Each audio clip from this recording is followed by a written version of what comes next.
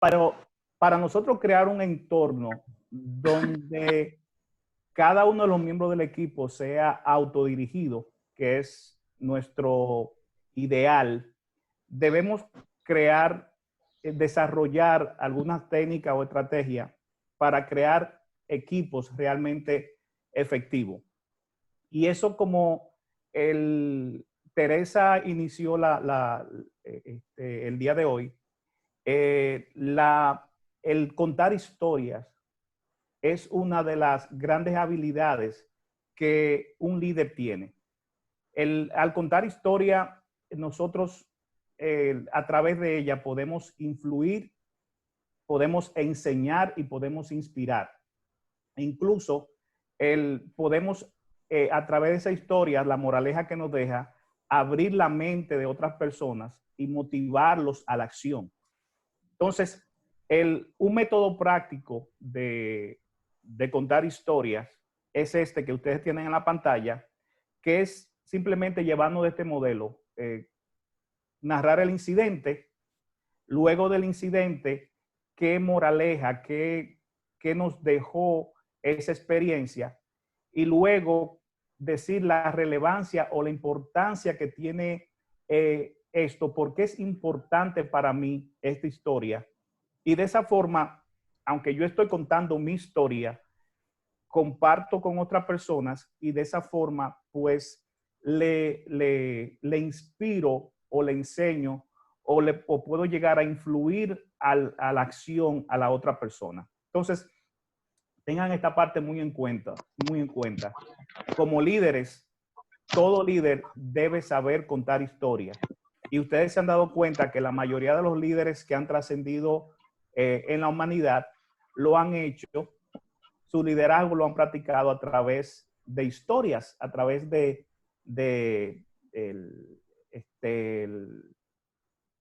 más bien enseñanza y como Jesucristo predicaba, siempre era contando historias.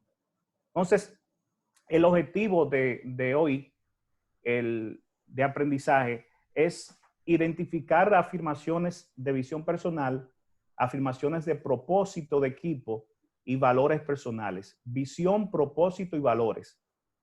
Describir las competencias de liderazgo que pueden ayudarnos a ser mejores modelos a seguir como líderes. Y aplicar estrategias para aumentar la eficacia en el equipo. Para nosotros lograr el éxito en cualquier cosa que nosotros nos proponemos, obviamente debe ocurrir en nosotros un cambio de paradigma. Lo que nos llevó hasta un punto, no es cierto que no va a llegar al siguiente punto. Cada vez que vamos avanzando en la vida, debemos ir cambiando nuestros pensamientos, nuestras opiniones, nuestra creencia, las emociones que sentimos. Entonces, ese cambio de mentalidad, cuando lo combinamos con un cambio en lo que hacemos, en nuestras acciones, la conducta, la forma de cómo nos comunicamos y la interacción que tenemos con los demás, pues da ese resultado que queremos. Entonces, lo que cada uno de nosotros, quien era hace 10 años, no es la misma persona que es hoy, porque ha habido cambios de mentalidad, de paradigma, de lo que somos como tal, y cuando lo combinamos con lo que hacemos, pues vamos cambiando el resultado, y ese ciclo lo mantenemos nosotros hasta que vida tengamos. Entonces, los grandes líderes logran resultados al despertar la grandeza en los demás. ¿Qué significa eso para nosotros? ¿Qué quiere decir esa frase para nosotros?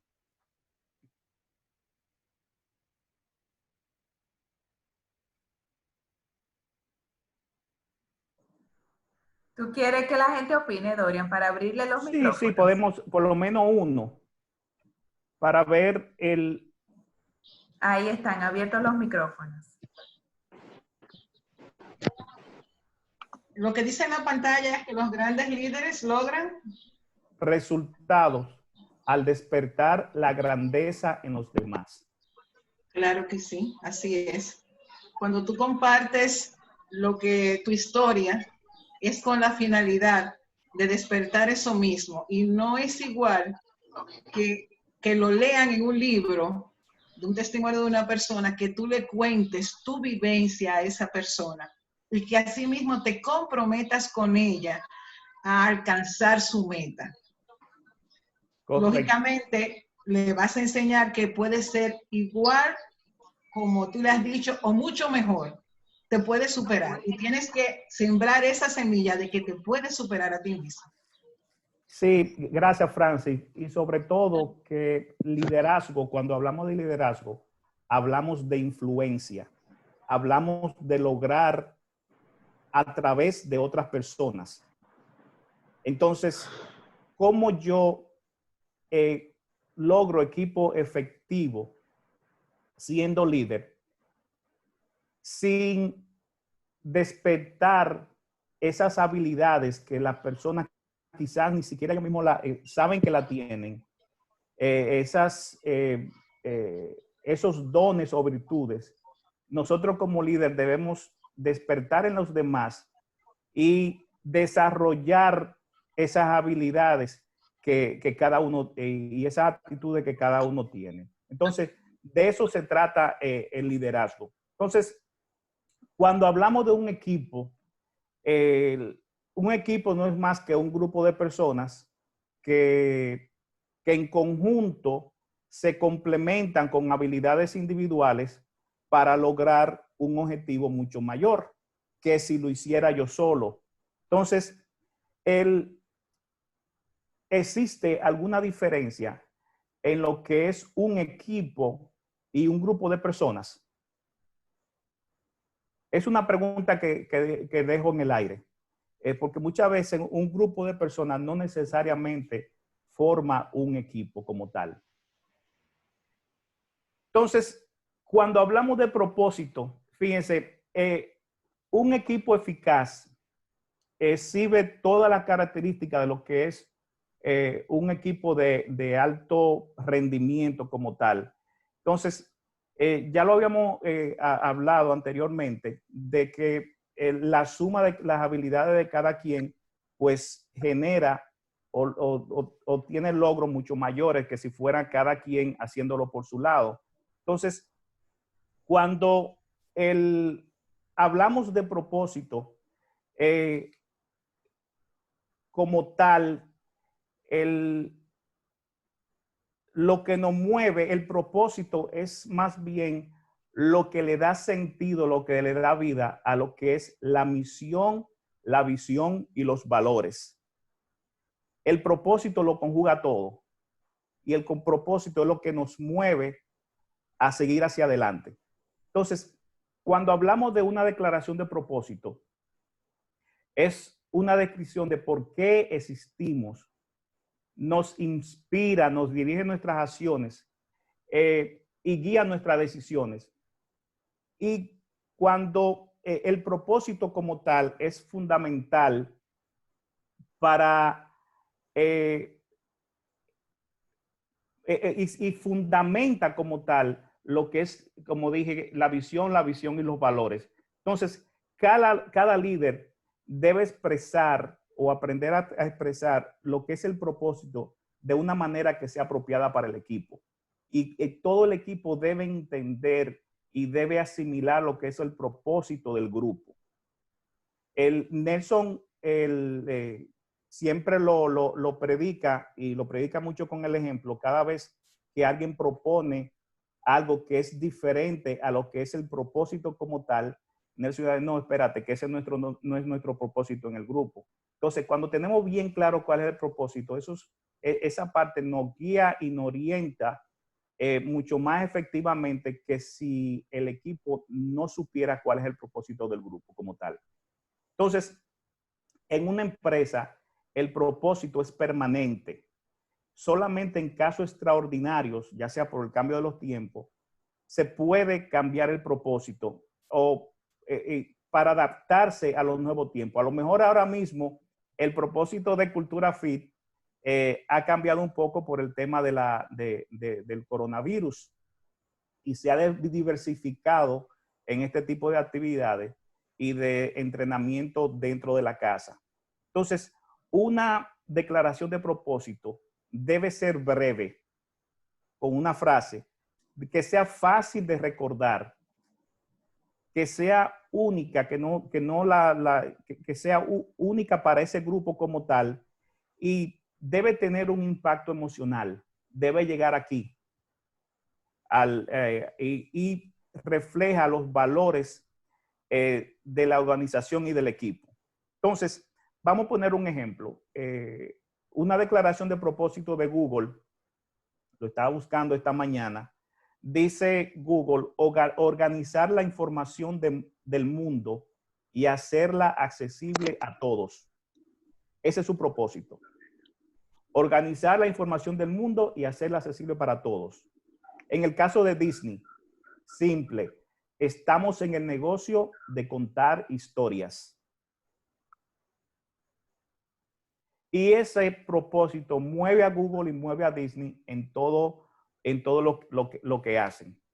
Entonces, cuando hablamos de visión personal, la visión personal es una descripción clara de nuestro estado futuro deseado. Nos da dirección como líder y esto está relacionado a lo que queremos lograr. Es nuestro destino como líder. Un ejemplo de una declaración de visión personal, me gustó mucho este señor Richard Branson, que es el fundador del grupo Virgin. Su declaración de visión personal, divertirme en mi viaje por la vida y aprender de mis errores. Divertirme en el viaje por la vida y aprender de mis errores. Fíjense que lo más notable de esa declaración es que no está relacionada solamente al negocio. Eso aplica para él en los negocios, en la familia, con los amigos y en la vida misma. Entonces, cuando yo trabajo mi visión personal, yo debo considerar lo siguiente. Lo primero que me pregunto es, ¿cuáles son mis aspiraciones en la vida? ¿Qué valoro? ¿Qué es lo que más valoro? ¿Cuáles son mis talentos? Y al final de mi vida, ¿qué quiero haber logrado? Contestando esta pregunta, es muy probable que me genere a mí lo que es mi visión, mi declaración de visión personal. Entonces, ¿por qué es importante esto? Cuando el equipo está claro en el propósito y no solo asegura lo que es la alineación de los resultados con los objetivos, los resultados individuales con los objetivos de la compañía o del grupo como tal, sino también que puede convertirse en un marco para proporcionar retroalimentación sobre cómo se comportan los miembros del equipo y las decisiones que toman. Es decir, cuando yo estoy claro en el propósito, toda decisión que yo tome dentro del grupo que afecte al grupo va a estar basado en lo que es mi propósito o el propósito del grupo como tal. Entonces, sabiendo cuál es nuestro propósito como grupo y sabiendo yo lo que es mi declaración de valor personal, empiezo a trabajar en lo que son las etapas de un equipo eficaz. Y para esto, vamos a tomar como criterios estos 4. Primero, para yo definir en qué etapa de un equipo eficaz está mi equipo, lo primero que chequeo es cuál es el estado de ánimo general del equipo. Porque lo estoy viendo no desde el punto de vista mío como líder, sino desde el punto de vista del grupo como tal. ¿Cuál es el estado general del grupo? ¿Cómo el equipo maneja el conflicto? cómo el equipo como tal maneja la toma de decisiones y qué piensan los miembros del equipo sobre el líder. Entonces, basado en esos 4 criterios, entonces yo defino 4 etapas de lo que es un equipo eficaz. La primera etapa o la etapa inicial es cuando un equipo se forma por primera vez o cuando se está reformando debido a que hubo un cambio o se agregó un nuevo miembro. Y a menudo en esa primera etapa inicial hay un ambiente de cortesía que no es real, que es ficticio. Y el grupo parece que está siguiendo de forma voluntaria al líder, pero también puede ser artificial. Y como seres humanos, podemos mantener la fachada durante un tiempo, pero al final, tarde o temprano, esa discordia comienza a surgir. En la etapa del número 2, que es la etapa de vocalización, pues una de las características es que las personas que son más poderosas o son las más vocales de todas, son las que toman las decisiones. Y normalmente los líderes, en este caso, son los que suelen ser atacados por las decisiones que se tomen y todo se critica. Pero en esa etapa de vocalización es como un péndulo. En cualquier descuido que el líder no intervenga en cualquier incidente, pues volvemos otra vez a la etapa inicial, que es la etapa número 1. Ya la siguiente etapa de contextualización y la de actualización ya son etapas mucho más avanzadas cuando ya se permite que los puntos de vista diferentes en la etapa número 3 se perciban como potencialmente positivos y existe mucho mayor colaboración y compromiso en el equipo y se espera que los líderes construyan un sentido de unidad. Pero ya la etapa de actualización como tal es cuando todo el mundo sabe lo que tiene que hacer, sabe el propósito de equipo y lo hace. Y de esta forma, lo que es la innovación y los aportes individuales son valorados y se permiten que se realicen. Y el liderazgo más bien se concentra en lo que es la visión a futuro. Ya como líder yo no estoy apagando fuego, sino más bien que estoy pensando en cómo llevar el equipo hacia adelante, porque ya las cosas funcionan por sí, como tal por sí. Teresa, ¿iba a decir algo? Ok, entonces hablamos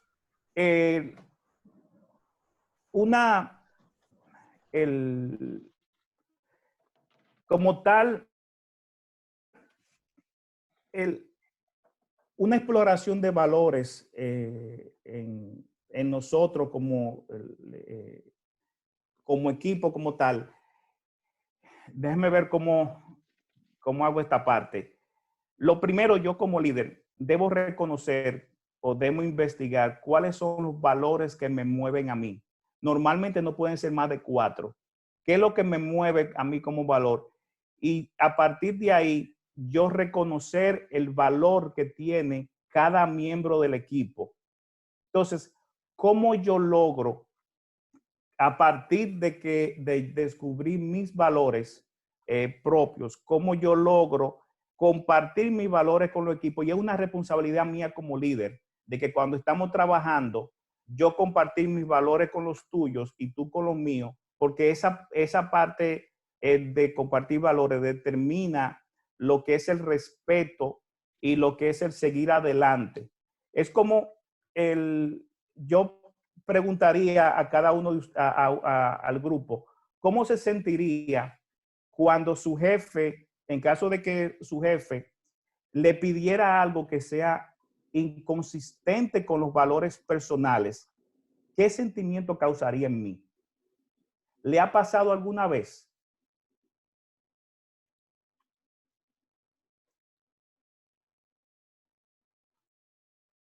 Bueno, en principio, tú sientes frustración. nació con una capacidad. El pacto básicamente es una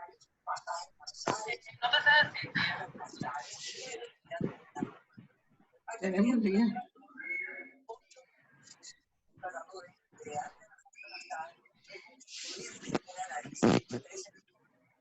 Ok, vamos a seguir. Miren, señores,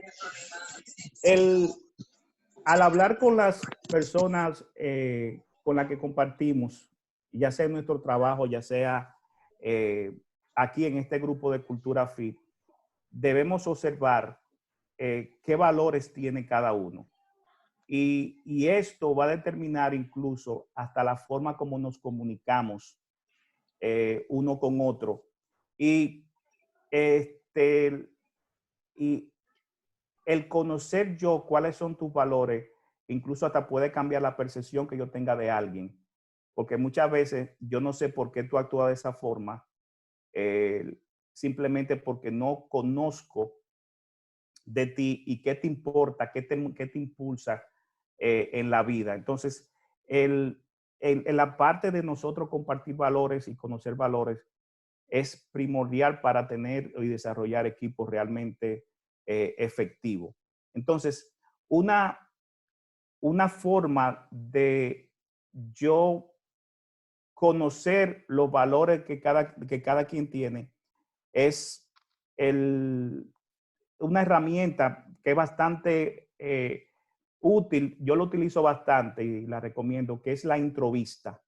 La introvista, la usamos, es muy diferente a lo que es una interrogación o lo que es una entrevista.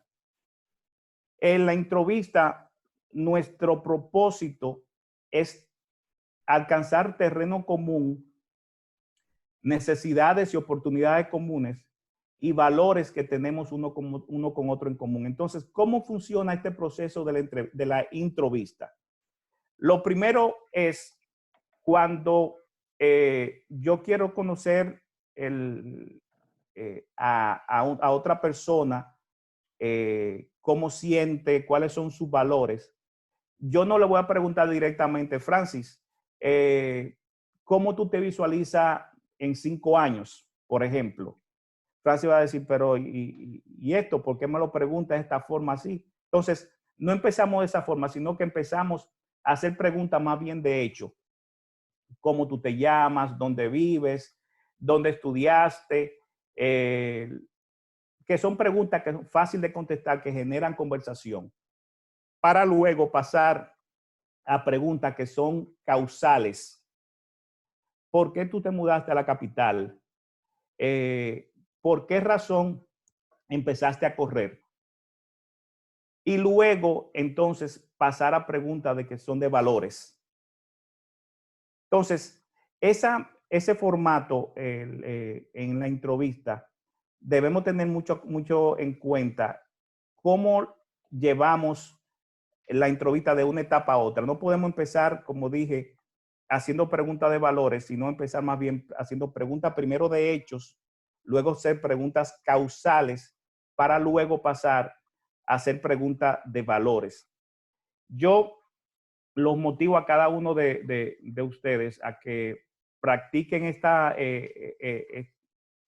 parte, porque incluso hasta para conocer nuestras parejas más, a veces se sorprenderán que ustedes cuando hablen con alguien muy cercano y empiecen a hacerle preguntas de valores, se sorprenderán mucho del resultado de esa parte. Entonces, algo que hay que tener en cuenta, cuando hacemos entrevista, nosotros no interrumpimos a la otra persona, sino más bien lo dejamos que se exprese, y la respuesta que nos da puede generar la siguiente pregunta.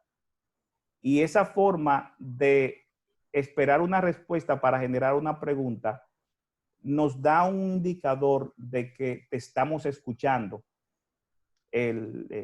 La otra persona se siente que la están escuchando. Sí, Teresa.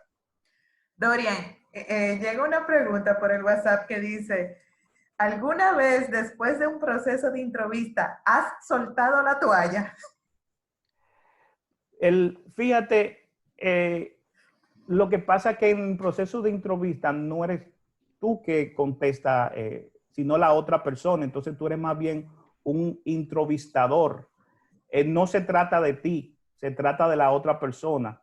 Entonces, ok, tirar la toalla cuando yo quiero saber quién tú eres y cuáles son tus valores como tal. La verdad que no, ahí no la entendí por qué tirar la toalla cuando no me compromete a mí. No, me imagino que se refiere a que no te gustó lo que encontraste o algo por el estilo, pero bueno. Sí, ok. Quizás. Sí, ahí sí. Pero en este caso es necesario para avanzar como grupo, para seguir adelante, conocer los valores de la otra persona. Y la entrevista es algo que da bastante resultado y la recomiendo a cada uno de nosotros que la practique. Entonces, cuando hacemos preguntas y escuchamos, porque la entrevista se trata de hacer preguntas y escuchar, hay cosas que tenemos que tener en cuenta. Usar siempre preguntas abiertas. No, yo me voy a concentrar en la persona, no en mí. Es decir, la respuesta que esa persona me dé, porque muchas veces empezamos, no, porque tú has ido a Jarabacoa, sí, yo he ido a Jarabacoa, oye, yo también he ido y a mí me gusta, entonces empiezo a hablar yo de mí, de mi experiencia, y eso en una entrevista no es válido porque no se trata de mí, se trata de la otra persona. Tengan eso en cuenta. Y las preguntas de hechos, cuando estamos iniciando la entrevista, tienden a ser las más seguras y las más fáciles de responder. Entonces, pasar de preguntas de hecho a preguntas causales, de causas, para luego realmente hacer la pregunta que queremos hacer desde un principio, y es conocer los valores que tiene otra persona. Entonces, en resumida cuenta, en esta parte,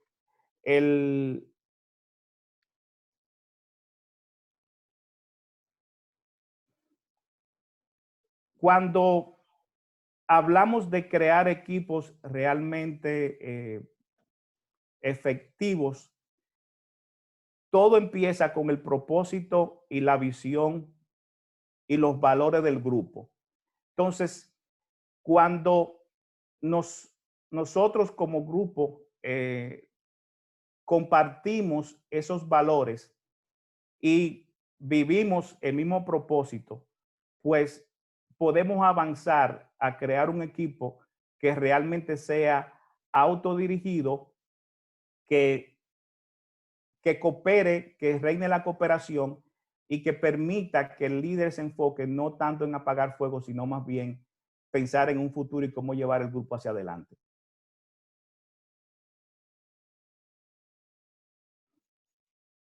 ¿Alguna pregunta o algún comentario en este punto? Bueno, yo pienso, Dorian, que en todo lo que hemos visto es muy importante la integridad de la persona que hace la entrevista, o sea, de sus objetivos, de no estar viciado por algo que conoció o una percepción que se hizo a priori de esa persona. Mientras yo pueda demostrarle a esa persona que soy la que él ha visto caminando o teniendo interacción con ella, va a ser mucho más fácil que se abra y que sea sincera. O sea, lo que yo tengo por dentro como entrevistador va a llegar directamente a él. Eso no se puede fingir. Sí, como entrevistador. Sí, y fíjate, Francis, como dije, la entrevista como tal, yo quiero conocerte, quiero saber quién tú eres. Entonces uso esta técnica como una forma de llegar a la esencia, al ser de la otra persona. Y como dije, en este caso no se trata tanto de mí, sino que se trata de la otra persona como tal. definitivamente. Dorian, Sí. aquí hay una pregunta que la acabo de ver por WhatsApp que dice, Dorian, en medio de la situación que vivimos, que hay tanto desánimo, ¿cuál tú crees que es la clave para un líder lograr que la gente o sus equipos se mantengan enfocados? Fíjate, precisamente ayer estaba yo leyendo un artículo que hizo Gallup referente a eso, y ellos hicieron una encuesta de cómo responder a nuestra gente en medio del COVID-19. Y de todas las respuestas que se dieron, fueron 3 relevantes. La primera, los colaboradores necesitan confianza y compasión. ¿A qué nos referimos con eso? Como líder, debemos estar presentes, incluso cuando estamos distantes. También algo que surgió es que los colaboradores necesitan estabilidad. Debemos priorizar el bienestar en medio de la interrupción. No tienes que estar en el edificio, en el lugar y ser visible para mostrar una fuerte presencia de liderazgo. Entonces, para estos casos, se recomienda que elabores tu narrativa de liderazgo para compartir con el personal el optimismo y la esperanza. En este momento no podemos hablar de cosas negativas. Como líderes, ese es nuestro rol. Ese no es nuestro rol. Nuestro rol como líder es transmitir optimismo y esperanza. Y la última parte que se refirieron es que los empleados necesitan como tal esperanza. Entonces, para eso, ánclate en tu propósito, ánclate en tu verdadero norte. Concéntrate en proteger el bienestar de tus colaboradores como tal y lidera con un propósito.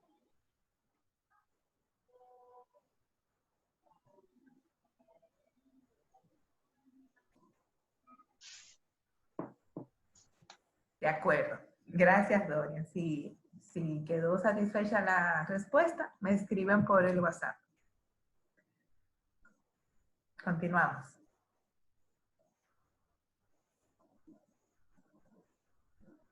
Una pregunta. El material que se está mostrando aquí, ¿hay forma de tenerlo? ¿Se va a quedar guardado en una cuenta de Zoom con permiso del...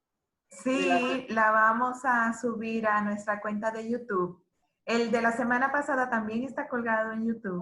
Este también va, cada uno de los encuentros que vamos a tener, lo vamos a estar subiendo a la cuenta de YouTube. De acuerdo. Uh-huh. Entonces, esto que hemos compartido hoy, ¿cómo se relaciona todo esto a tu mundo? ¿Cómo puedes aplicar lo que hemos compartido hoy y por qué es importante esto que hemos hablado? Bueno, es importante porque lo primero, como tú decías, yo tengo que dejar de pensar en mí. Y yo realmente trato mucho eso con las personas con las que doy soporte. Y llega en el momento que tú tienes...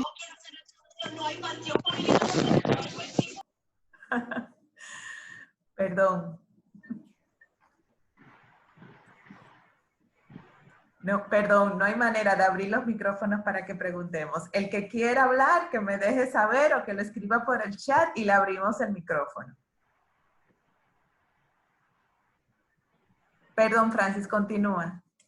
Lo que te decía es que depende mucho de la integridad de la persona. O sea, yo pienso que el que capacita, que el que instruye, que el que dirige, que el que lidera, tiene algo en su corazón que está puesto por Dios, que lo siente y que las otras personas lo perciben. Que a lo mejor tú no quieres ser ni siquiera líder, pero la gente te sigue porque saben que hay algo especial en ti, pero que es sincero y que es íntegro. Entonces eso es lo más importante, porque cuando eres así, te olvidas de tu propia situación y te entregas al objetivo de la otra persona. y ya comienza una aureola maravillosa de un equipo con fuerza y con un objetivo específico. Sí, por eso, Francis, es importante definir el propósito del equipo. Eso es lo que nos va a mover hacia adelante, porque todo el mundo, conociendo el propósito, pues, cada vez que yo tomo una decisión, voy a pensar primero en cuál es el propósito del equipo antes de tomar esa decisión. Y si eso me llega o me acerca más al objetivo o los resultados que yo quiero para lograr el objetivo. ¿Te afecten a ti o no te afecten?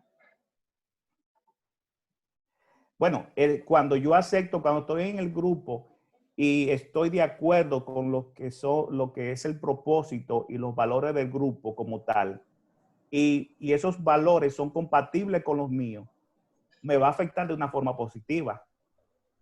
Porque hay coherencia y hay compatibilidad de valores. Ahora, si mis valores son diferentes a los valores del equipo, pues no pertenezco al equipo y tengo que repensarlo. Definitivamente que sí. Yo tuve la oportunidad una vez de hacer una consulta con Nelson sobre una decisión muy importante sobre lo que quería hacer con un grupo que iba a dirigir en alguna manera. Y realmente él me decía que él había sacrificado, yo no tengo permiso de él para contar esto, pero ni modo, como él es indiscreto, yo también. Él me decía que él había renunciado a muchísimos retos y se había hasta retrasado en muchas cosas, pues realmente cumplir con algo. Y en ese momento yo decidí que yo tenía que hacer lo mismo, que todo tenía su tiempo, que también iba a retrasar algunas cosas personales por el bien del equipo, con el fin del propósito del equipo. Es correcto. Incluso las decisiones se hacen mucho más fácil cuando yo conozco el propósito. Claro que sí. Porque va orientada siempre al propósito y al objetivo del equipo. Definitivamente. Blanquita. Buenas noches. Hola, Blanca. Hola, cariño. También es importante cuando tú eres un líder ante una crisis, cómo tú actúas. Por ejemplo, cuando es una crisis que ya se afecta no solamente a tu grupo, sino al entorno completo, el colaborador tiende a ver cómo tú reaccionas. Hay crisis que pueden manejarse, hacer un pre, un durante y un después, pero hay situaciones que se presentan en el momento. Tú y yo sabemos eso, que venimos de la jungla del aeropuerto, y Teresa también, que hay cosas que no pueden planificar, hay crisis que se presentan y tú tienes que accionar. Entonces, el que es líder tiene que saber estar preparado para cualquier eventualidad, porque aunque tú no lo creas, te están mirando para ver cómo tú reaccionas. Sí, y ahí viene, Blanquita, volvemos otra vez al tema del propósito. Cuando esas situaciones se presentan, que yo tengo que tomar una decisión rápida, cuando yo conozco bien cuál es el propósito del equipo, qué es lo que se quiere lograr, pues yo no me voy por la decisión más fácil y la más práctica en ese momento. Yo me voy por la decisión que vaya a favor del propósito.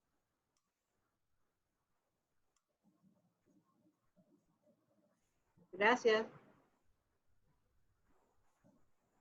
Hola Dorian, buenas noches. Hola, buenas. ¿Eres indiscreto? Dorian, una pregunta para ti.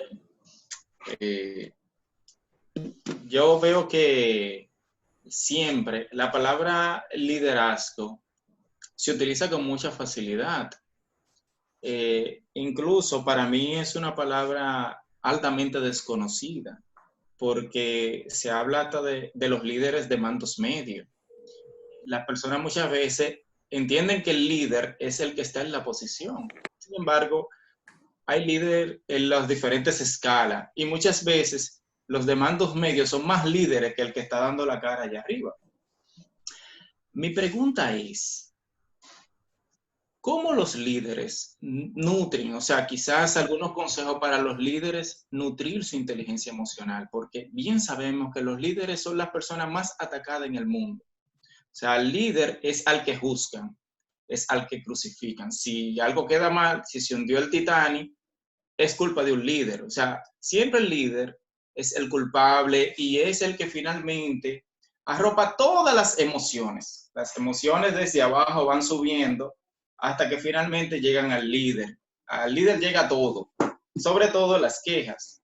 Entonces, ¿qué consejo tú le das a los líderes para que nutran el día a día su inteligencia emocional y puedan responder como líderes que son? Mira, lo primero, Nelson, es conocerte. Tú sabes cuáles son tus talentos, cuáles son tus fuerzas y tus debilidades. Entonces, concéntrate bien en tus fuerzas, en la parte fuerte. Dentro del liderazgo hay alrededor de 13 características de un líder y muy difícil que tú seas fuerte en todas ellas. Tú tienes quizás 4 o 5 que eres fuerte y hay otras que no tan fuertes, pero te dan apoyo para esas características de fortaleza. Entonces, no te concentres en lo que tú no tienes, no te concentres en los talentos que tú no tienes, concéntrate en lo que realmente tú eres fuerte y busca en otros fortalezas que a lo mejor tú no tengas y te complementan. Quizás digamos, yo no soy bueno para algo, pero tú sí lo eres. Entonces, cuando yo conozco mi equipo, los talentos de cada quien y los valores de cada quien, pues, y el liderazgo se basa en eso, Nelson. El liderazgo se basa en conseguir resultados a través de otros. Eso es el liderazgo. Entonces, cuando sucede una situación que tú no sabes cómo resolver, apóyate de otros que te van a ayudar, que te van a dar fuerza y no te centres en lo que tú eres débil. Blanquita puede ser muy fuerte en ciertas áreas de las que yo soy débil y en un momento así, Blanquita, necesito que me ayude con esto. Y Blanquita puede ser la persona que solucione el problema del grupo, del equipo. No necesariamente tengo yo. Y eso demuestra más liderazgo de mi parte. El hecho de yo aprender a delegar o a crear representantes de cierta representación, es decir, que la otra persona realmente no espera que a que tú le des la orden, a que tú le des el ok para resolver una situación X. De eso se trata, de que el crear equipos realmente efectivos y de liderazgo como tal. Concéntrate en tus fortalezas y busca en lo que tú eres débil, búscalo en otro para que te ayuden a compensar eso que te hace falta. Y sobre la inteligencia emocional, obviamente, hay que vivir trabajando esa parte. Y hay algo que te puede ayudar mucho, que es no sé si la debo mencionar, lo que es la programación neurolingüística, la PNL, que trabaja mucho lo que es la inteligencia emocional. Te recomiendo que te nutras a través de la PNL.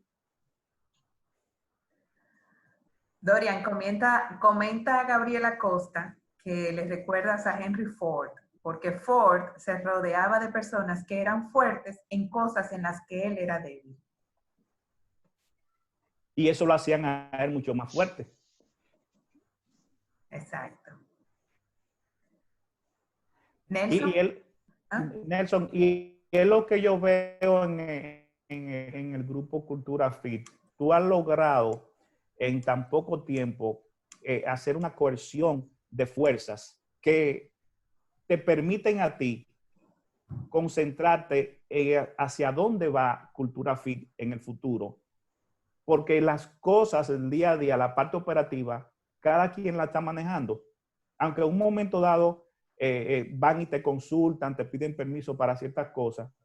Pero Le llevamos problemas. Cada quien sabe lo que tiene que hacer y lo hace.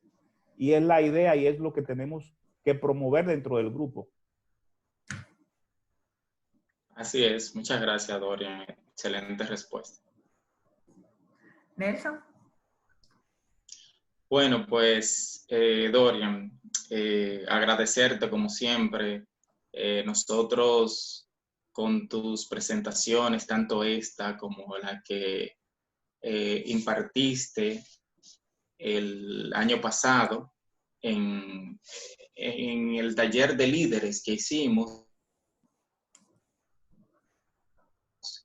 ambas agregan valor a nuestras vidas, agregan valor a nuestro club. Así que te agradecemos muchísimo esa disposición tan humilde y genuina de compartir, como siempre, tu experiencia, tu conocimiento y esa facilidad que tiene de transmitir tus ideas. O sea, que de verdad que estamos muy, pero muy agradecidos. Cada vez que tomo estas capacitaciones, es como si fuera un refrigerio a mi vida, y sé que es el sentir de todo lo que te escuchamos en el día de hoy. Nosotros, con tu permiso, queremos compartir esto en nuestro canal de YouTube para que también las personas que están trabajando, que no pudieron estar en este momento, pues también puedan tener la oportunidad de adquirir estos conocimientos.